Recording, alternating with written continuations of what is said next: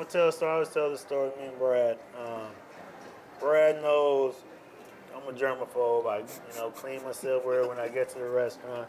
I do all type of shit. Put towels down when I'm in the locker room. Where I'm sitting at, there's always towels. So Brad does some dumbass shit one day, and I walk into the fucking locker room. Sorry, I'm cussing because I'm still pissed about it. I walk in and got 2 fucking dead ducks hanging in my locker. Like, he killed the ducks. Were they ducks? Yeah, they're ducks. Killed the ducks and took them straight to my locker. Didn't clean them up. Are they dripping blood? A little bit. There's guts. A little bit out of the nose coming down, We put a guts towel down for the blood to drip on Oh, it. yeah.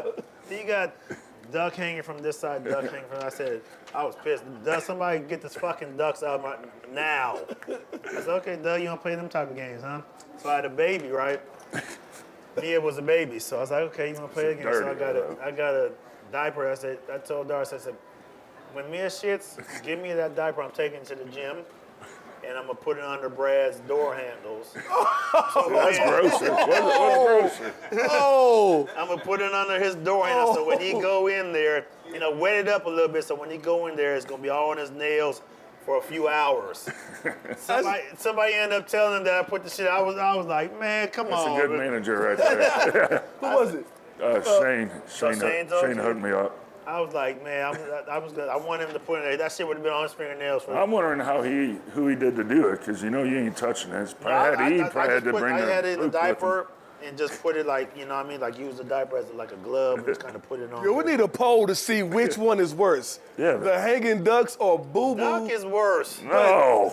I don't know, bro. A child boo-boo poo all up in there. That was premeditated. Like, you had to do some, sinister type of... I said, I got to get his ass back. Exactly. I got to get his ass back. And I was like, you know what? And they're like, oh, no, he didn't get to do it. Somebody told him. I'm like, shit, I was trying to figure out another way to do it. But we left it alone. But I came to 2 dead ducks sitting in my thing, the guts on the thing. And then I was chasing little Mike around the gym with him. I had him in my hand chasing him. He just run around the whole gym. I'm like... Brad don't give a shit about rabies or nothing. Holding the 2 dead ducks, not even washing them. I bet he didn't wash his hands, went to eat, all type of shit. You know, what's so crazy about it is in every team, the point guard and the bigs have the closest relationship because you guys depend on each other to eat, right? Very similar, very seldom does the point guard and 2 guard or what have you. Talk about that, man, between y'all two, like that, the energy for you to feel comfortable putting 2 dead ducks in a man's locker and That's the way That's our team was. Yeah. Like it was always the jokes. Yeah, it was jokes no matter what. They were worse before I got there. Yeah, like Vlade was the biggest guy. Yeah, hearing what they did.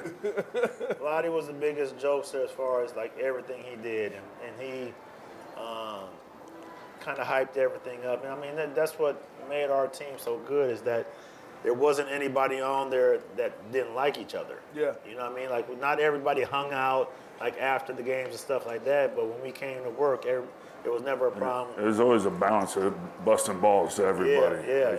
Everyone got it top to bottom, and everyone had to take it, too. Yeah. And it's just because you just laugh it off. You just, you just laugh at nothing you can really do. But like, playing with Brad, I don't think Brad gets as much credit as he deserves. Okay. And, we had Webb, we have Vlade passing, but Brad passed that motherfucker really good too. Yeah. You know what I mean? And he was one of those bigs. He wasn't the fastest guy in the world. Change the speed. Pace. Right. Fast. Control well, my pace. fast. Slow it down. But Brad could shoot the shit out the ball, and it opened up things for us guards. Yeah. And the passing, he had the passing stuff too. So kind of say your stuff about it, Brad. That was my kind of look at it. Like, he definitely doesn't get the credit he deserves. Right. Well, my career high was 38 at Golden State. Mike had 38, so I was that same. All we did was side pick and roll. If they doubled him, I'd pick, pop out. I was like, man, it became such an easy game. When I was with the Pacers, I didn't get to show any of this.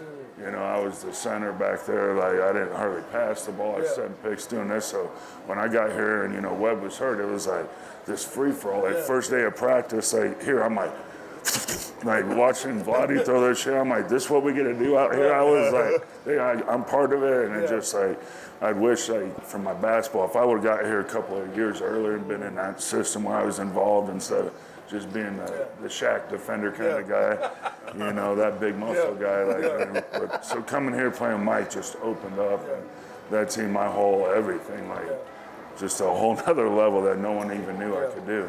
And look at, so tell me to go to a different thing right now. You're still in Sacramento a lot. Like I go back, I see you in Sacramento. I'm doing the TV stuff. You're out there. Tell us about what you think, how the direction the team's going, trading Fox and Doug being the head coach.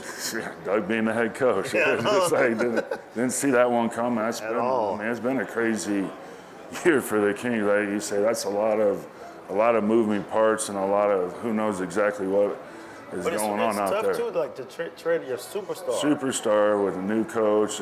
Brown had his extension, brought to the playoffs, year 3. It just kind of comes out of nowhere. And then Doug, obviously, I love his energy, and we all know it, like how passionate he is. And when the few games he took over before, I always text him like, hey, you ready to be a head coach? He's like, a couple games, and then he'd be like, man, it's a lot more work than what I thought, you know, like the decisions and everything. So now, you know, I see him out there being really feel like controlling himself and doing his thing. I mean, Train Fox was kind of a tough one. I mean, just go what he's done for the city. He's getting better. I thought he'd be there for his whole career. Yeah, it gets.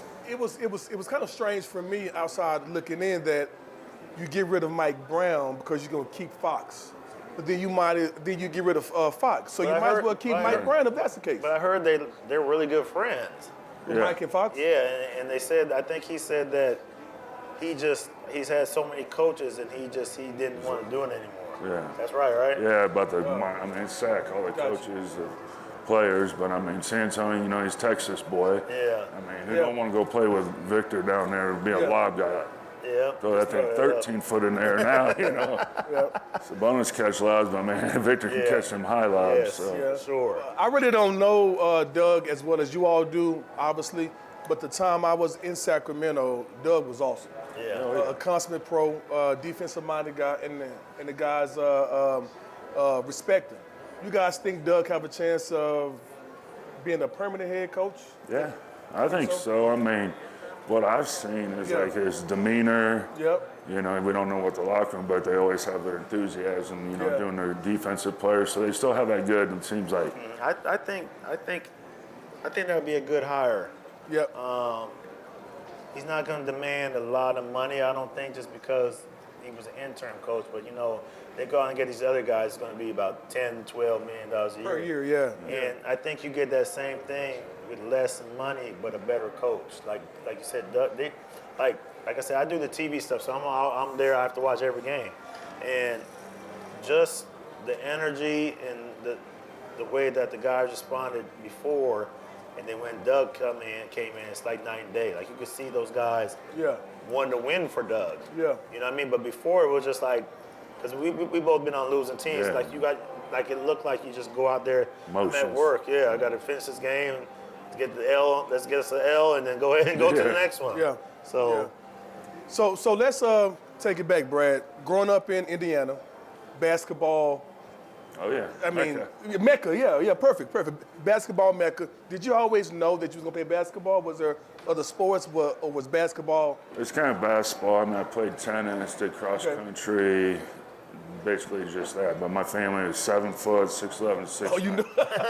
One played at Kentucky, West Virginia, Oklahoma. My uncle's like 6'3". And he didn't play ball. So it's like, you know, the family, my sister was 6'4". Wow. She was 6'4" as a freshman.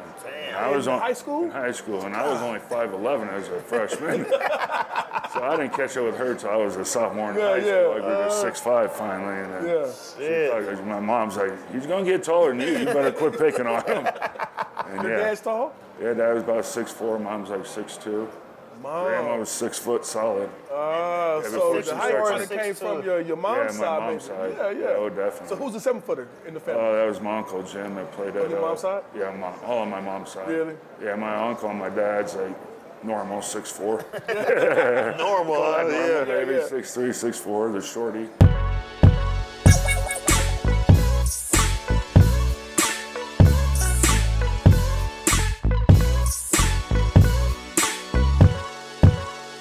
Trade game.